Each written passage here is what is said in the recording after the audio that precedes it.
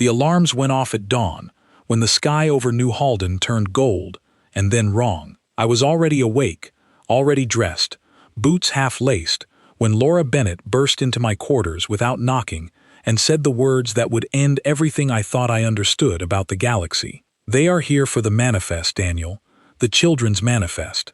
They are here now. I did not understand her at first. Manifest was a cold word, a shipping word, and for one confused second my mind tried to make it mean cargo crates or grain shipments, anything except what it actually meant. Then I looked past her, out through the reinforced window of the officer's block, and I saw the ships. 3 of them, silver and smooth, hanging low over the colony square like they had always belonged there. Council ships. Enforcement class, the kind we had only ever seen in trade convoys or ceremonial flybys, never parked over a human settlement with their landing ramps already lowering. I had spent 11 years in the Colonial Defense Corps of New Halden, and in all that time I had never once seen a council ship descend without notice, without diplomatic clearance, without the long, slow dance of permissions that governed every interaction between our young, junior species and the ancient civilizations that ran the galaxy. That dance was the whole reason we were still alive as a species with a seat at the table. Humanity had joined the Concord only 40 years earlier, the newest and smallest voice among hundreds of older, stranger, more powerful worlds. We were tolerated, we were watched, we were, above all, careful. This was not careful. This was an invasion dressed up as paperwork. I grabbed my jacket and followed Laura down the corridor, and by the time we reached the outer doors the whole base was awake, officers and enlisted alike stumbling into the pale light of the square, and above us, 3 council shuttles opened their bellies and let down ramps of pale composite that looked almost gentle, almost kind, the way a scalpel looks gentle right before it cuts. Out of the ships came the Velmari. I had met Velmari before, at trade summits, at the annual Concord Assembly broadcasts we were required to watch as students. They were tall, narrow-shouldered beings with skin like brushed pewter and eyes set too wide apart, eyes that never seemed to blink because they did not need to. They spoke in a soft, layered voice, several tones at once, and they were, by every account I had ever read, among the most reasonable and least aggressive species in the entire Concord. They had helped write the very treaty that had kept 15,000 years of peace between the member worlds. Peace was their whole religion. And yet here they were, walking down those ramps in full enforcement plating, flanked by drones that hummed low over the ground like patient insects, carrying scanning wands and data tablets instead of weapons, because they did not think they would need weapons. They did not think humans would resist. Why would we? We had signed the Concord. We had agreed to its terms. We had, apparently, agreed to this too, buried somewhere in a clause none of us had ever been told to read carefully. A Velmari official stepped forward, taller than the rest, wearing a sash of pale blue that marked rank among their kind, and raised one long hand for silence, though nobody had been speaking. I am Overseer Thal Ren Kavu, of the Concord Developmental Compliance Division, the being said, the layered voice carrying easily across the square without any visible effort. Under Concord Statute 412, subsection Care and Continuity, all member species found to exhibit unresolved generational instability are subject to mandatory child relocation to designated enrichment worlds for their protection and for the protection of Concord peace. Human colonies have been assessed and found in violation. Compliance is required within 1 solar rotation. For a moment, nobody moved. I remember the silence more than anything else, a silence so complete I could hear the drones humming, and somewhere behind me a child crying, already, before anyone had even touched them, as if the youngest among us understood faster than the adults what was happening. Then Colonel Owen Pierce, the base commander, stepped out in front of the crowd, his hands raised in the universal human gesture of please, wait, let us talk, and he asked the question every one of us was screaming inside our own skulls. What children? Whose children? Under what authority? The overseer's wide-set eyes did not blink. All children under the age of majority, Born within Concord recognized human territory. The being said, as if reading from a shipping label. Approximately 412 on this colony alone. The Council has determined that human child-rearing practices carry unacceptable risk factors, based on historical review of your species' record. This is not a punishment, this is care. I felt something cold slide down through my chest and settle in my stomach, because I understood, in that instant, exactly what historical review meant. It meant our wars. Our old wars, the ones from centuries before we ever left our own solar system, the ones we had been made to recite and apologize for at every single Concord hearing since we joined, as if humanity were a single reformed criminal standing before an endless parole board, forever explaining itself, forever promising it had changed. Laura's hand found my arm and gripped it hard enough to hurt. "Daniel," she whispered, "they are not asking." She was right.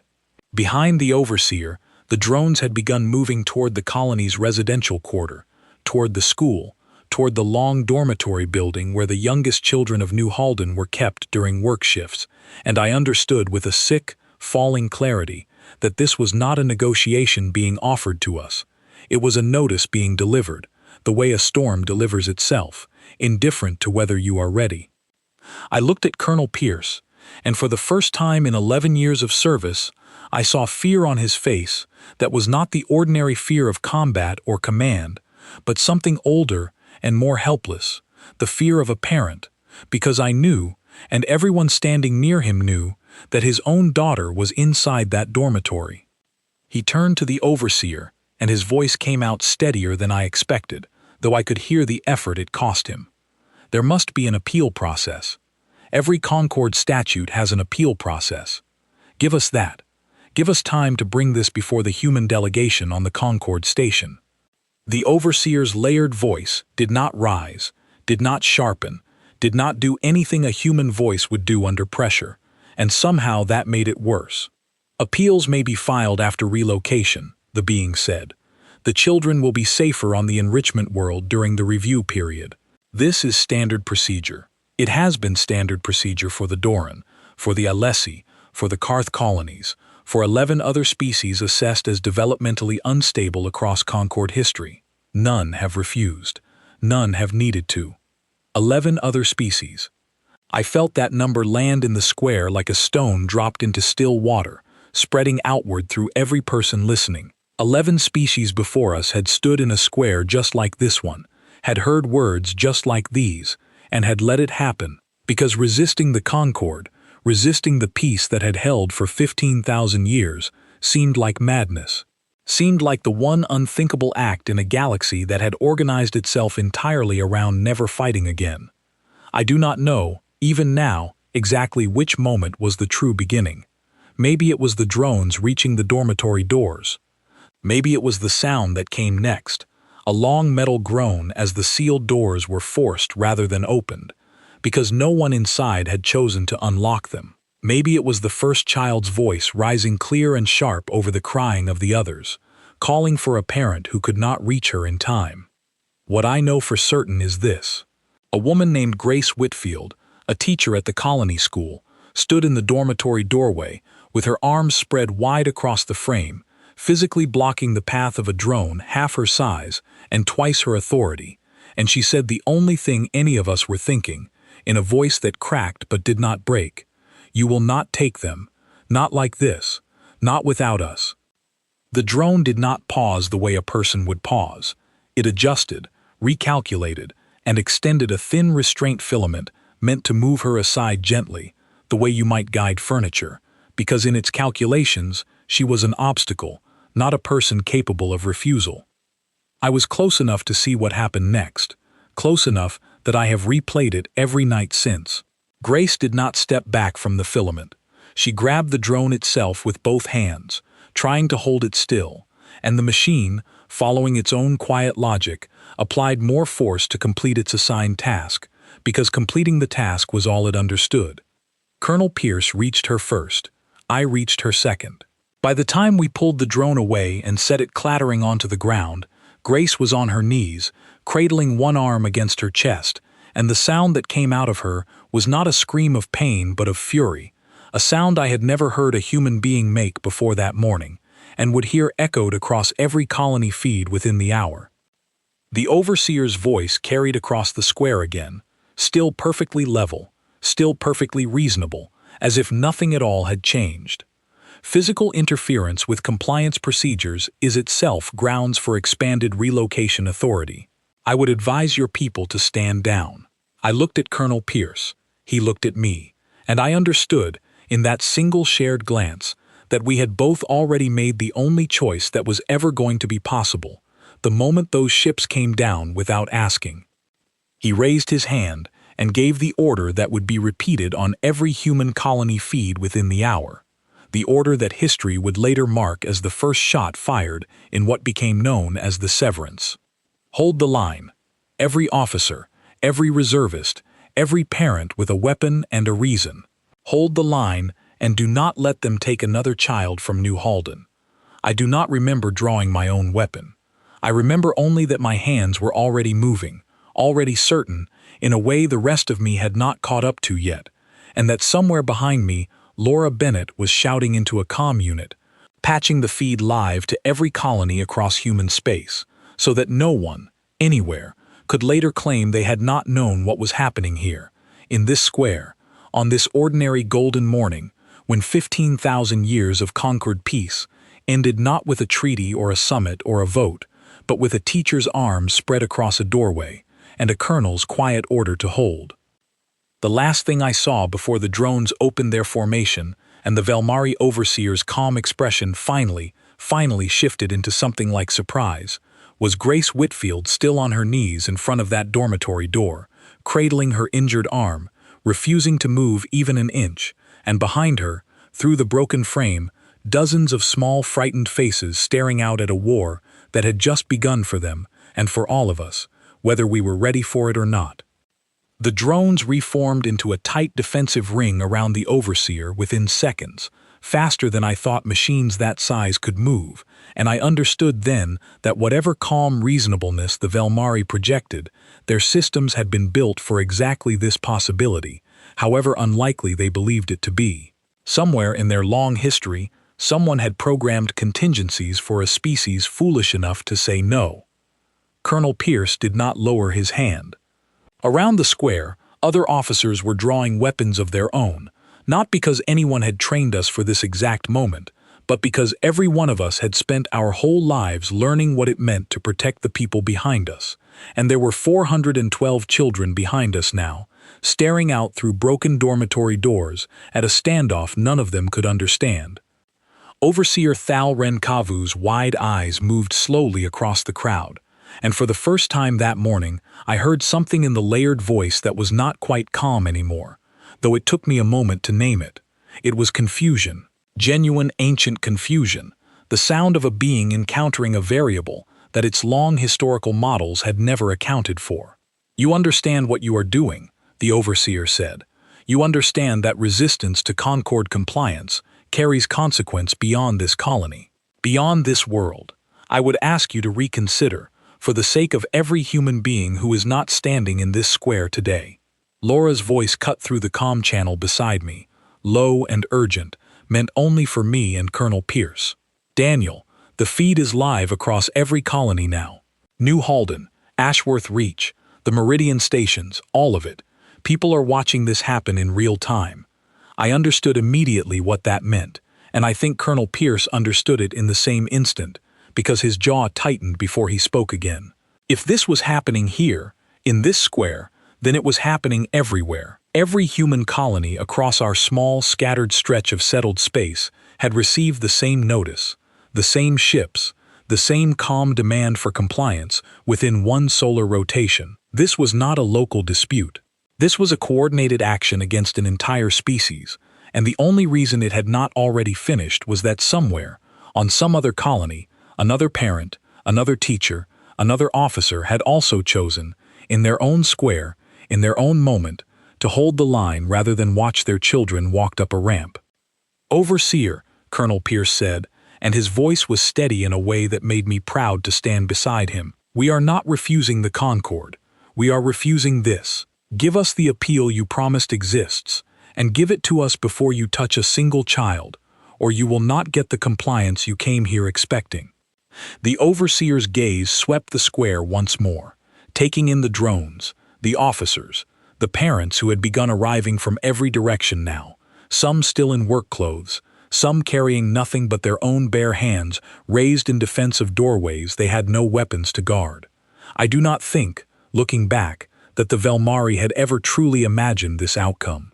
15,000 years of peace had convinced every species in the Concord, even the ones enforcing its harshest statutes, that no one would ever again choose conflict over compliance.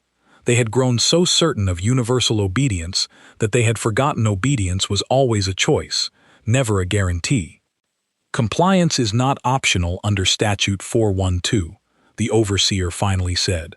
And this time, the layered voice carried an edge I had not heard before, something closer to a warning than a diplomatic reminder.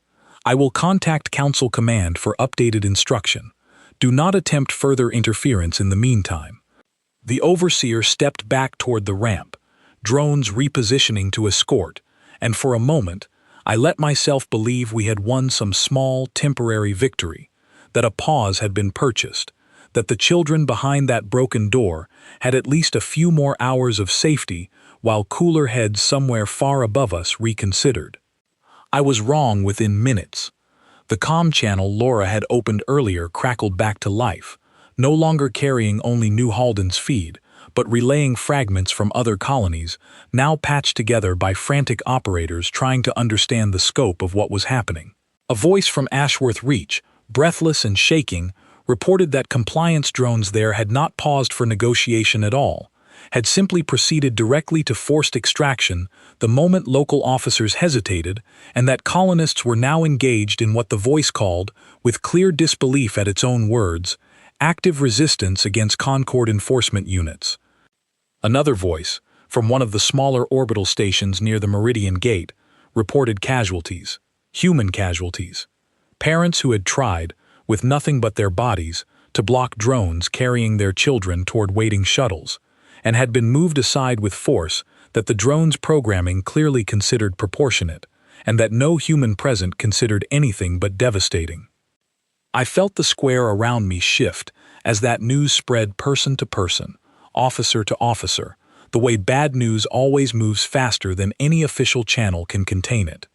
Grace Whitfield, still nursing her injured arm but back on her feet now, looked at me with an expression I will never forget, somewhere between grief and a terrible clear-eyed resolve. "They are not going to stop, Daniel," she said. "Not because we asked nicely, not because we held one square for one morning. They have done this 11 times before, and no one ever stopped them. We are the first. Do you understand what that means? We are the very first." I did understand, though understanding it did not make it easier to carry. It meant that every choice made in the next few hours, in this square and in every square like it across human space, was going to decide not just the fate of 412 children in New Halden, but the shape of humanity's entire future within the Concord, and perhaps outside it as well. Colonel Pierce gathered his senior officers in a tight circle near the dormitory, Laura and myself included, and I saw on his face the particular exhaustion of a man who had joined the service to protect people from exactly this kind of impossible choice, and now found himself standing at its very center. "We cannot win a fight against the Concord," he said quietly, "not with what we have on this colony. Their ships alone could level New Halden in an afternoon if they decided that was the answer, but I do not believe they came here today expecting to level anything. I think they came here expecting exactly what worked 11 times before us. Quiet, orderly compliance. And I think the moment that expectation broke, somewhere in their command structure, real uncertainty began, because a peace 15,000 years old does not have a fast plan for the first refusal it has ever received." Laura spoke next, her voice careful but certain. "Then our best chance is not force. It is time, and it is witnesses. Every colony that holds its ground, every feed that keeps broadcasting, makes this harder for them to finish quietly. The other Concord species are watching too, Colonel. 15,000 years of assumed peace does not survive contact with a species that says no in front of everyone. I thought of my sister then, standing somewhere on Ashworth Reach, with her own daughter, my niece Grace Hart, 7 years old, who had been born on that colony and had never in her short life known anything but the quiet, careful peace we had all been taught to protect above everything else. I thought of what it would mean to lose her to a ship bound for some enrichment world none of us had ever seen and none of the previous 11 species had ever described, because none of them, apparently, had ever come back to tell anyone what waited there. Colonel Pierce turned to me directly. "Daniel, I want you and Bennett coordinating the colony-wide response. Every officer, every reservist, every ship we have in orbit needs to know within the hour that this is not a local incident. This is happening everywhere, and it needs to be met everywhere, together, or it will be finished piecemeal, colony by colony, before evening." I nodded, though my throat had gone too tight to speak right away, and Laura was already moving, already pulling up secure channels to every human settlement within transmission range, her hands steady, even though I could see, just for a moment, the same fear the rest of us carried, quickly folded away behind the work that had to be done. It took less than 2 hours for the picture to become fully clear, pieced together from a dozen fractured reports across a dozen colonies. Every human settlement had received the same notice that morning. Every settlement had responded differently, some with immediate resistance like New Halden, some with confusion and delay that the Council's drones had exploited ruthlessly, moving directly to forced extraction before local defenders could even organize. The final count, when Laura finished compiling it in that first terrible afternoon, told a story none of us wanted to hear. Across all human colonies, an estimated 6,000 children had already been loaded onto Council shuttles and were now in transit toward destinations no human had ever seen firsthand. Thousands more remained contested, held in dormitories and homes, defended by parents and officers refusing to yield another inch. And on 3 colonies the fighting had already moved past drones and restraint filaments into weapons fire, human defenders and Council enforcement units exchanging shots in the streets of settlements that had never once, in 40 years of Concord membership, needed anything more dangerous than a hunting rifle. I stood in the command center that had once been New Halden's small trade office, watching the reports scroll past, and I felt something shift inside my chest that I did not have a name for yet, though I would come to recognize it clearly enough in the days that followed. It was not only grief, though there was grief in it, for every child already gone and every parent left behind in a suddenly silent house. It was not only fear, though fear ran through all of it like a current beneath still water. It was something harder and colder, and in its own strange way, something almost like clarity. 15,000 years of Concord peace had rested on a simple, unspoken agreement among every member species that no one would ever again choose to fight rather than comply, because the cost of resistance against powers so old and so vast had always seemed, to every species before us, like certain destruction. 11 species had learned that lesson and accepted it. We were about to learn whether the 12th species could teach the galaxy a different one. Colonel Pierce called every senior officer on New Halden together one final time before nightfall, and his voice, when he spoke, had lost the careful diplomatic caution of that morning entirely. "They are not going to give us an appeal," he said. "They are not going to pause, and they are not going to negotiate, because 15,000 years has taught them that they never have to. So we are done asking.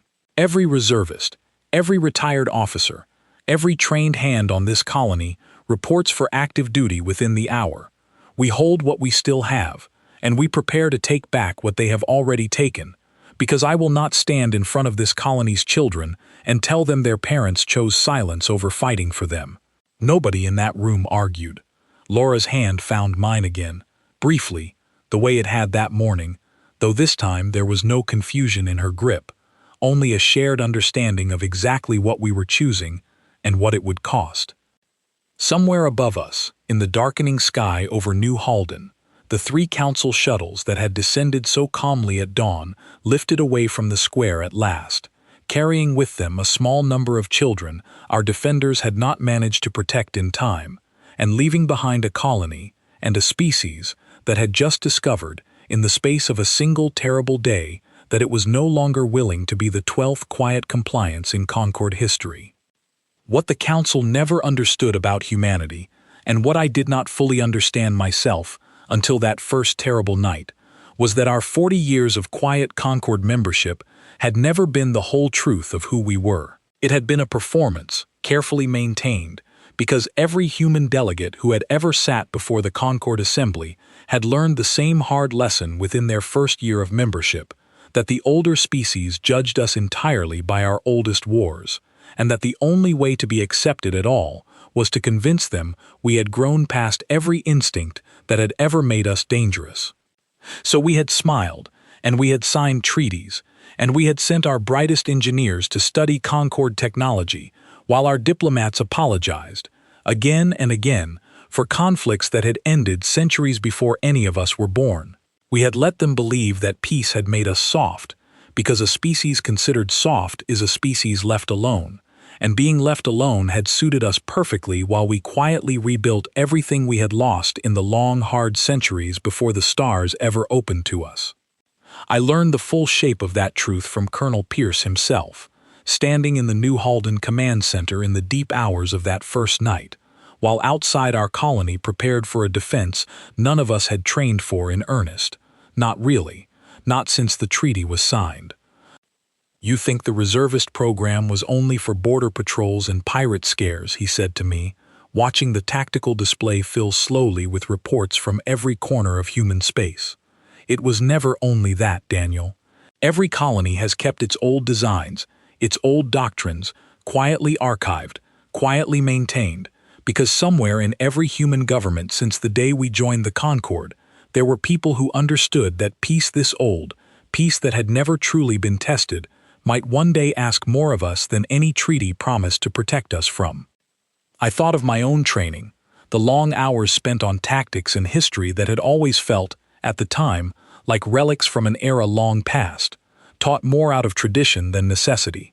I understood now why those lessons had never been retired, why every colony still ran drills that seemed, to outside observers, almost quaint in a galaxy that had not seen real conflict in 15,000 years. We had been the only species in the Concord still practicing for a war we had promised everyone, including ourselves, we would never fight again.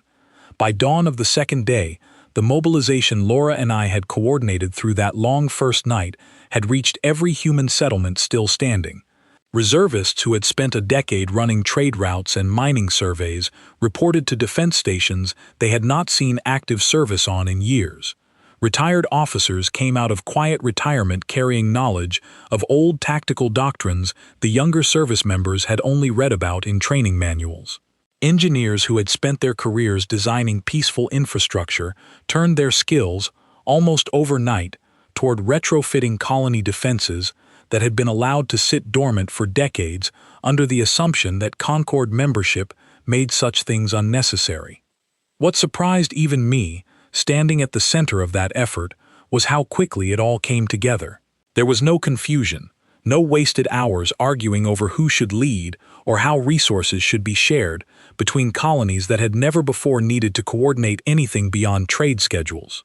Within a single day, humanity organized itself with a speed and unity that I do not believe any Concord species had ever seen from us, because none of them had ever needed to see it. We had kept that part of ourselves quiet for 40 years, not out of weakness, but out of the same careful instinct that had once taught our ancestors to hide their strength from every predator larger than themselves, until the moment came when hiding no longer served any purpose at all.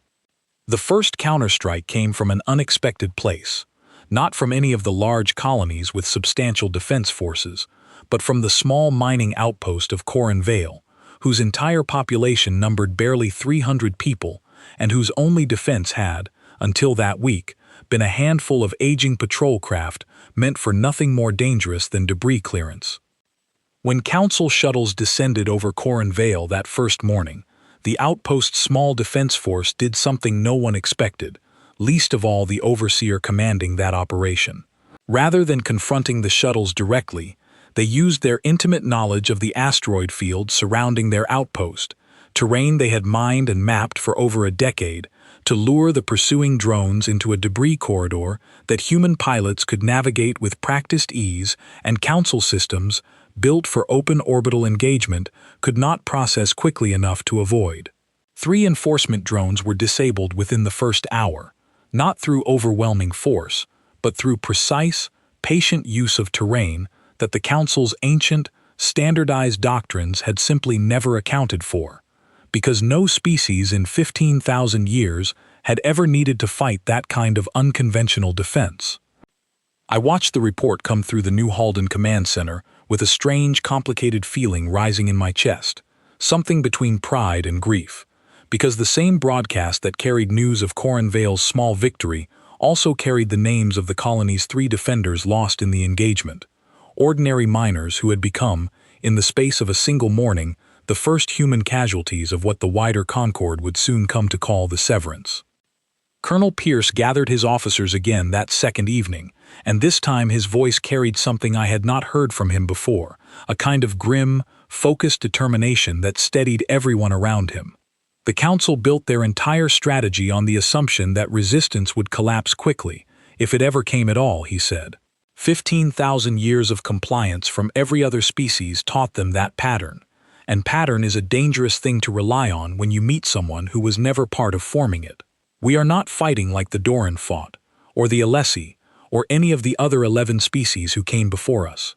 We are fighting like humans, and I do not believe the Council has ever truly faced that before. Laura, working beside me through those long hours of coordination, found something in the fragmented reports that gave every one of us a sharper, more painful understanding of what we were truly facing. The enrichment worlds, the destinations where our children were being taken, had never been documented anywhere in Concord public record, not in any archive available to member species, not even in the historical files humanity had been given access to upon joining. 11 species had sent their children there over the long centuries of Concord history, and not one of those species had ever produced a public account of what those worlds actually were, or what became of the children sent to them. That silence, more than anything else, hardened the resolve of every officer and every parent I spoke with in those first days. It was one thing to resist an order we found unjust.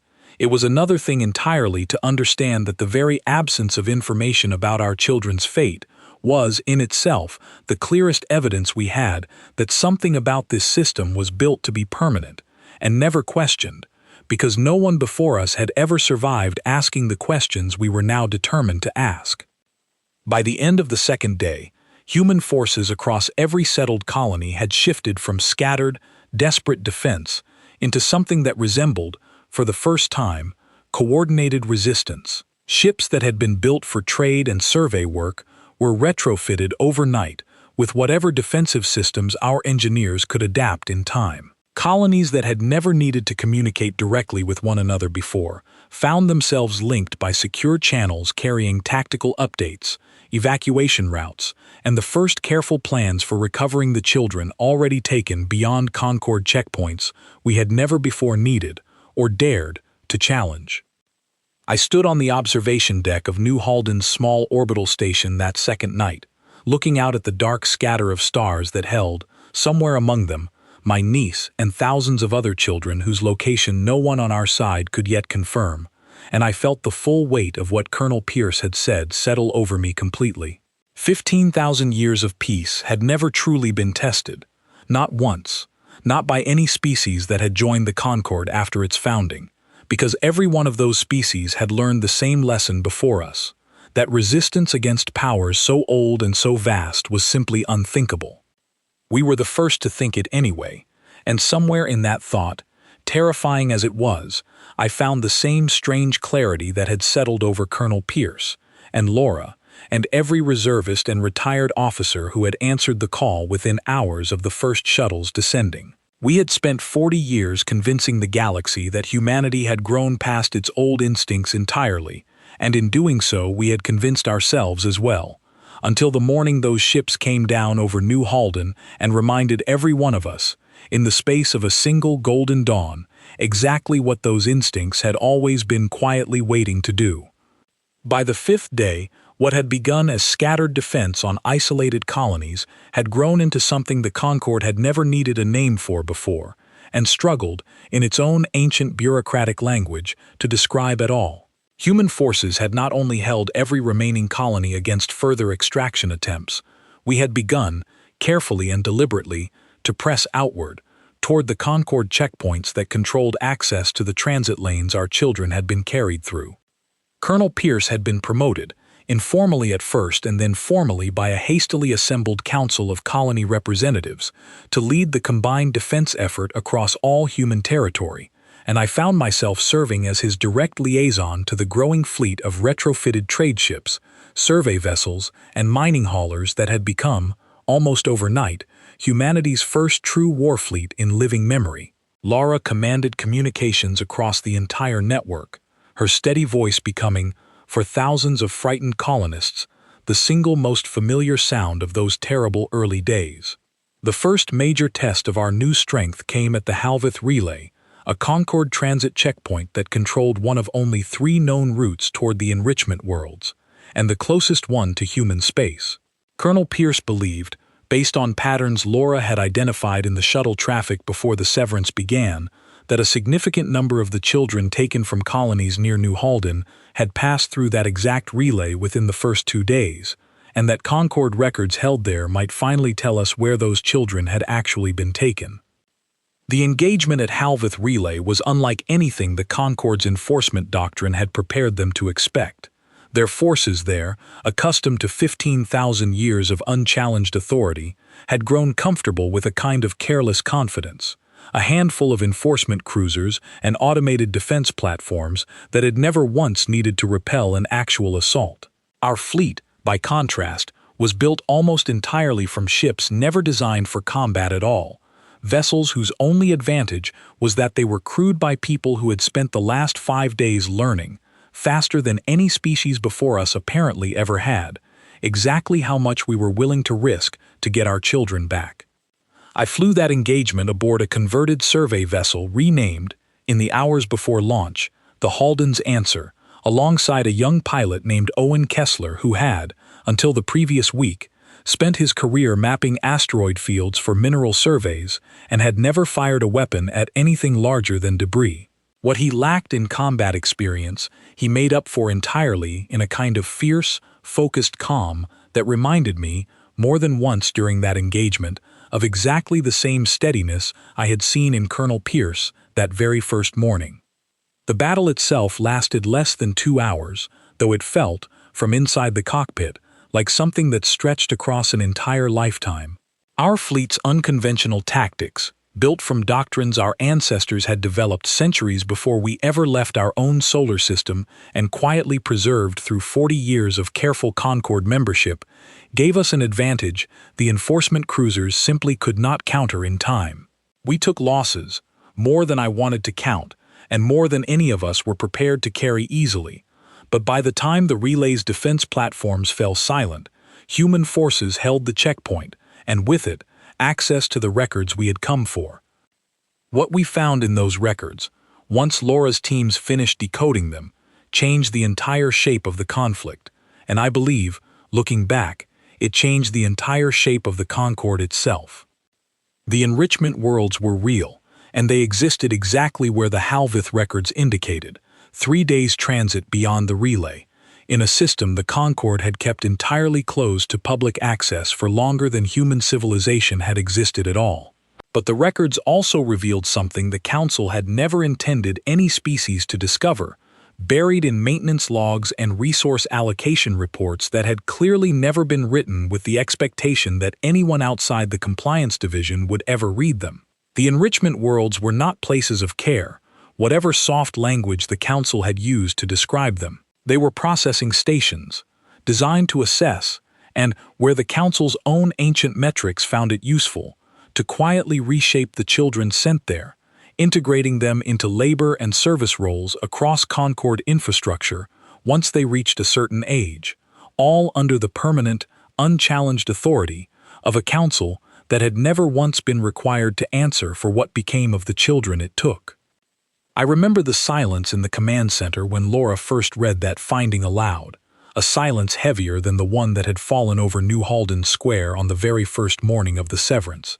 Because this silence carried grief for 11 species worth of children, stretching back across centuries of Concord history, all of whom had vanished into those same enrichment worlds and never been spoken of again by anyone with the authority to demand an answer.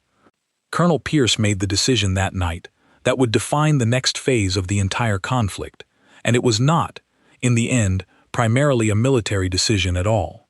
"We are not only fighting to get our own children back," he said to the assembled officers and colony representatives gathered across the secure network. "We are the first species in 15,000 years to find proof of what this council has actually been doing, and if we keep this proof to ourselves, we fight this war alone, against an authority that every other Concord species still believes is simply keeping peace.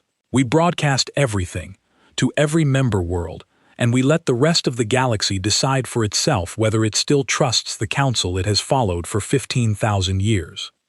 Laura's team spent the following 2 days preparing that broadcast, carefully verifying every record, every log, every piece of evidence recovered from Halveth Relay, because we understood that a single overstated claim could undo the entire effort, could let the council dismiss the whole revelation as human exaggeration, the same tired accusation of instability we had been fighting against since the very first hour of this conflict. When the broadcast finally went out across every open Concord channel we could reach, translated with painstaking care into the languages and communication protocols of dozens of member species, it did not ask for sympathy. It presented evidence, plainly and without embellishment, and let every civilization in the Concord draw its own conclusions from records the Council itself had written. The response across the galaxy was not immediate, and it was not uniform. Some species, particularly the oldest and most deeply invested in the Concord's existing structure, dismissed the broadcast entirely, calling it fabricated, or at best, a misunderstanding of processes far too old and far too complex for a junior species to properly interpret. But others, and there were more of these than I think even Colonel Pierce had dared to hope for, began asking their own quiet questions of the Council for the first time in living memory, questions about children sent away generations ago, about promises of care that had never once been followed by any actual account of what care had looked like. The Alessi delegation, whose species had complied with a child relocation order nearly 3,000 years earlier, issued the first formal request in Concord history for an independent review of enrichment world conditions, citing the human broadcast directly as the reason they were finally willing to ask a question they had, in their own words, been afraid to ask for 3,000 years. That single request cracked something in the Concord's ancient foundation that 15,000 years of unchallenged authority had never allowed to show before, and the Council, for the first time since Overseer Thalren Kavu had stepped off that ramp in New Halden Square, found itself facing resistance not only from the species it had tried to compel, but from the very structure of peace it had always claimed to protect.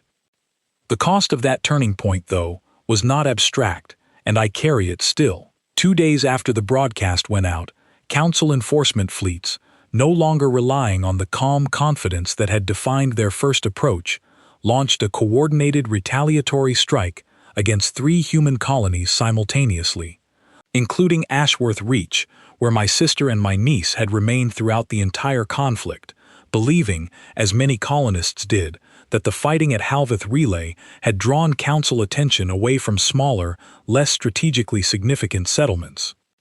I was still aboard the Halden's Answer, still recovering from the engagement at the relay, when Laura's voice broke across the comm channel, carrying news I had been dreading since the very first morning of the severance. Ashworth Reach was under direct assault, and communication from the colony's defense network had gone silent within the first 20 minutes.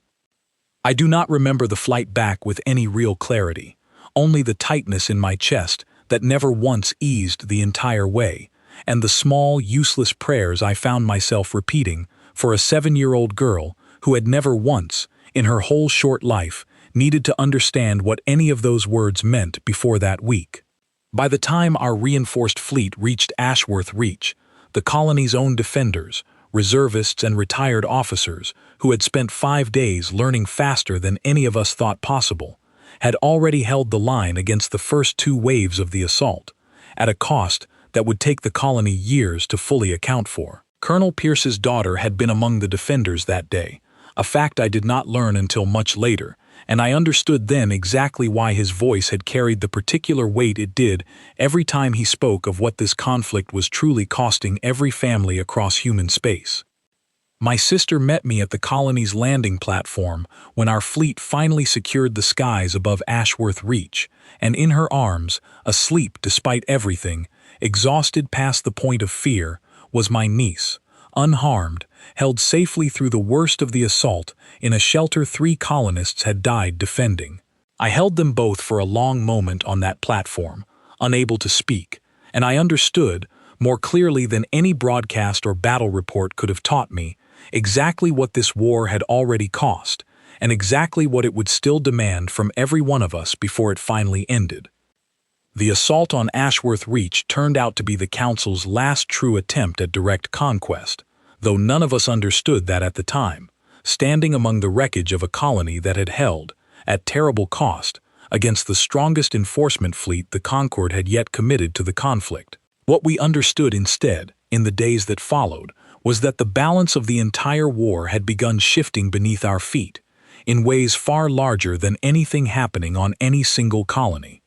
The Alessi request for independent review had opened a door that 15,000 years of quiet compliance had kept sealed since the Concord's founding, and once that door opened, it did not close again easily. Within a week of Ashworth Reach, 3 more member species had joined the call for review, each one citing children of their own, sent away to enrichment worlds across centuries so long that most living members of those species had never known anyone who remembered the original relocation at all. The silence the Council had relied on for 15,000 years, the same silence that had allowed 11 species to comply without ever truly understanding what compliance cost them, was breaking apart, question by question, species by species, faster than the Council's ancient bureaucracy could contain. Colonel Pierce received the first formal communication from the Concord's Central Assembly, rather than its Compliance Division, nearly 2 weeks after the severance began, and I was in the room when Laura decoded it, watching his face carefully for any sign of what it might mean. The Assembly is calling for a full suspension of Statute 412, pending independent review, Laura read aloud, her voice carefully controlled, despite the sudden tightness around her eyes.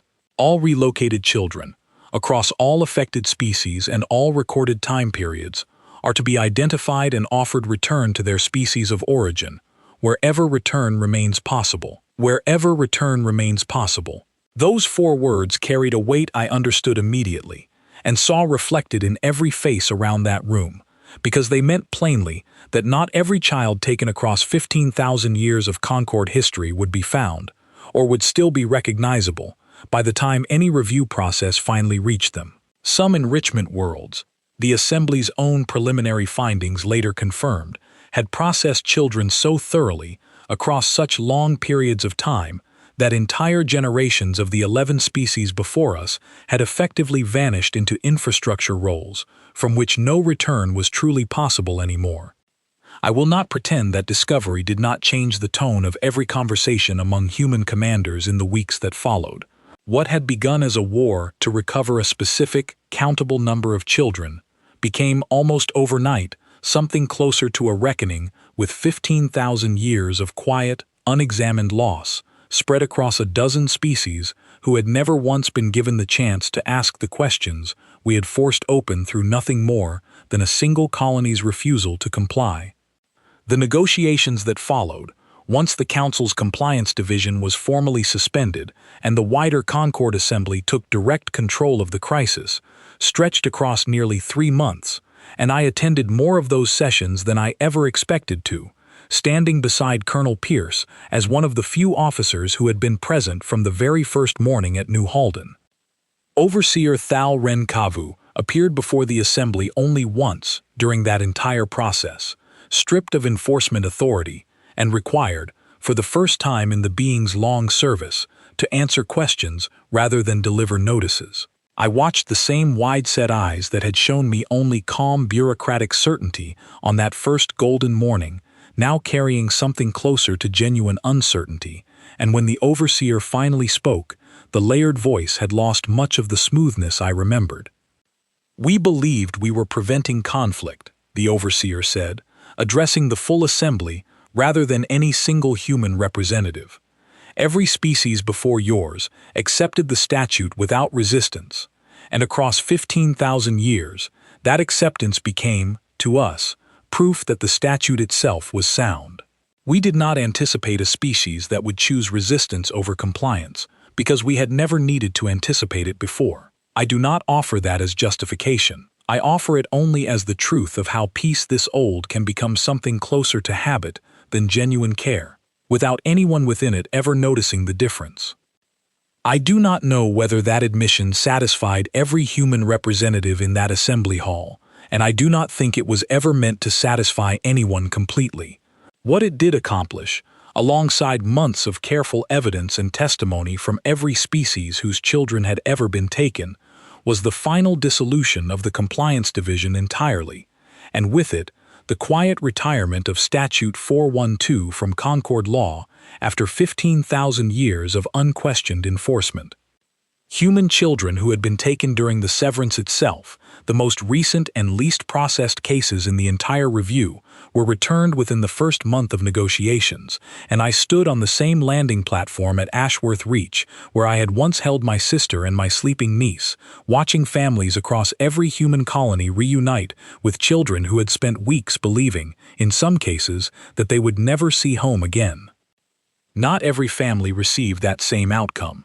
Grace Whitfield, the teacher whose arms had spread across that dormitory doorway on the very first morning of the conflict, learned during the third week of negotiations that 2 of the children taken from her own classroom before New Halden's defenders had organized would not be returning, their case records marked, in the same cold bureaucratic language that had started this entire war, as beyond current recovery protocol. I sat with her the evening she received that news, and I found I had no words that could carry the weight of what she had lost, only my presence, and my promise that her fight, and theirs, had still changed something no war before ours had ever managed to change. The final treaty, when the Concord Assembly finally ratified it nearly 4 months after that first golden dawn over New Halden, did more than simply retire a single statute. It established, for the first time in 15,000 years, a permanent independent review body with representation from every member species, including humanity, empowered to examine any Concord policy affecting the well-being of a member species population, without requiring that species to first demonstrate the kind of open resistance we had been forced into by circumstance rather than choice. Colonel Pierce was asked to serve as humanity's first permanent representative on that new review body, and he asked me, along with Laura, to serve alongside him as senior advisors, a role neither of us had ever imagined stepping into when we were simply 2 officers coordinating a colony's desperate defense on the first night of a war none of us had chosen. I remember standing in the Concord Assembly Hall on the day the new treaty was formally signed, looking out at delegates from species I had once only seen in ceremonial broadcasts, and feeling, for the first time since that terrible golden morning, something that was not quite peace, but was perhaps its more honest cousin, a kind of hard-won clarity about exactly what peace had always actually required, and what it had cost every species, including our own, to pretend otherwise for so long. Grace Hart, my niece, turned 8 years old 3 weeks after the treaty was signed, and my sister held a small gathering on Ashworth Reach to mark the occasion, filled with the ordinary noise and laughter of children who had, in most cases, returned safely to homes that had fought hard to keep them. I watched Grace running across the same colony grounds that had, months earlier, held soldiers and drones, and a battle that had cost 3 defenders their lives protecting the very shelter she had slept through. And I understood that she would grow up knowing a version of the galaxy none of us had ever known ourselves, one where peace was not simply assumed, but actively, carefully maintained by people willing to ask hard questions rather than accept easy silence. Laura found me standing at the edge of that gathering, watching the children play, and she did not say anything for a long moment, simply stood beside me the way she had stood beside me on that very first morning, before either of us understood what the day would demand of us. 15,000 years, she finally said, quietly, and 11 species before us who never asked the question we asked. Do you ever wonder what happens now, Daniel? Whether the next species who faces something like this will remember that we did? I thought about that question for a long time before I answered, watching Grace laugh at something her cousin had said, watching Colonel Pierce nearby, older now, in ways that had nothing to do with the passage of months, talking quietly with Grace Whitfield about the memorial New Halden had begun planning for its own lost defenders. I think peace was never really the absence of conflict, I finally said. I think it was always just a line nobody had been forced to find yet. We found ours, Laura. I have to believe that matters, for whoever comes after us and has to find theirs.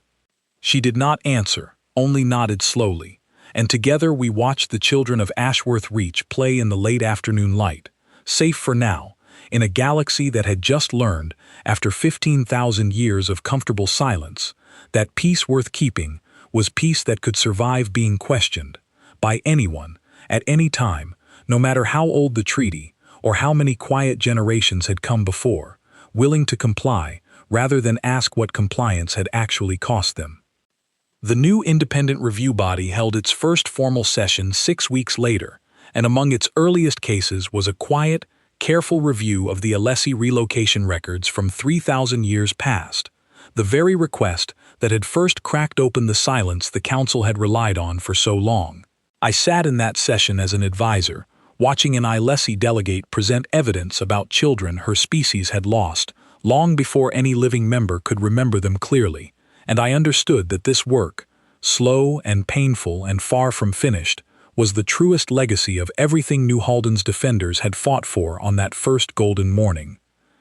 We had not ended every loss, and we had not brought back every child taken across 15,000 years of quiet Concord history. But we had ended the silence that let those losses go unquestioned, and in a galaxy old enough to have forgotten that peace required more than habit, that felt, to every officer and parent and teacher who had stood their ground through those first terrible days, like the only victory that had ever truly mattered.